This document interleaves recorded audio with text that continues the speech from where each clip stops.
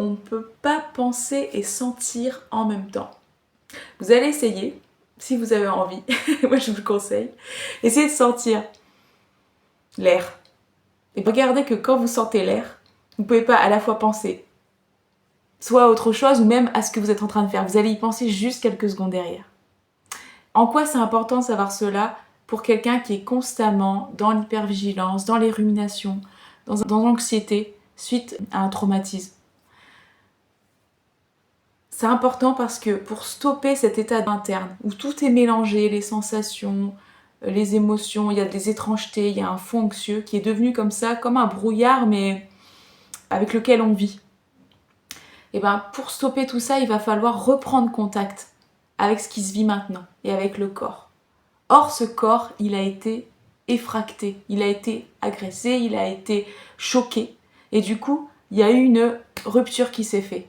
Et renouer le contact, c'est très compliqué. Alors qu'est-ce qui va se passer pour justement des fois essayer de sortir comme ça de cet état de brouillard interne? La plupart du temps, on va essayer comme ça d'avoir des moments très intenses émotionnellement ou avec des sensations très fortes.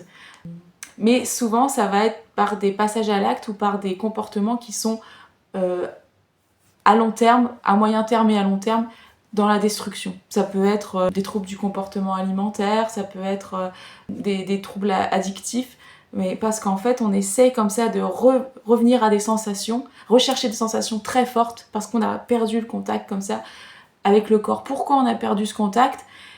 Parce qu'en fait, on a été effracté. Et en fait, dans le psychotrauma, il y a une disjonction, il y a une anesthésie qui va se faire, parce que le cerveau, il passe en mode survie. Et donc il y a une disjonction qui va se faire. Et comme on est disjoncté, quoi, on sent beaucoup moins. On a une anesthésie émotionnelle et des sensations sensationnelles. Donc si vous vous retrouvez dans cette situation, vouloir reprendre contact comme ça par des passages à l'acte ou par des recherches comme ça d'intensité, c'est plutôt, on va dire, bon signe, dans le sens où vous essayez de revenir à vous. Par contre, c'est très compliqué. Pourquoi c'est très compliqué? Parce qu'en fait, vous n'avez plus de référentiel corporel. Vous n'avez plus... c'est comme si on avait perdu le chemin, l'autoroute, pour revenir à soi. Et du coup, il faut une intensité très forte. Notre référence corporelle, on l'a perdue. Donc, si vous vous sentez un peu dans cette situation, n'hésitez pas à laisser un message pour en discuter, etc. Je suis sûre que la psychomotricité, c'est une approche très importante pour vous accompagner. Voilà, n'hésitez pas et...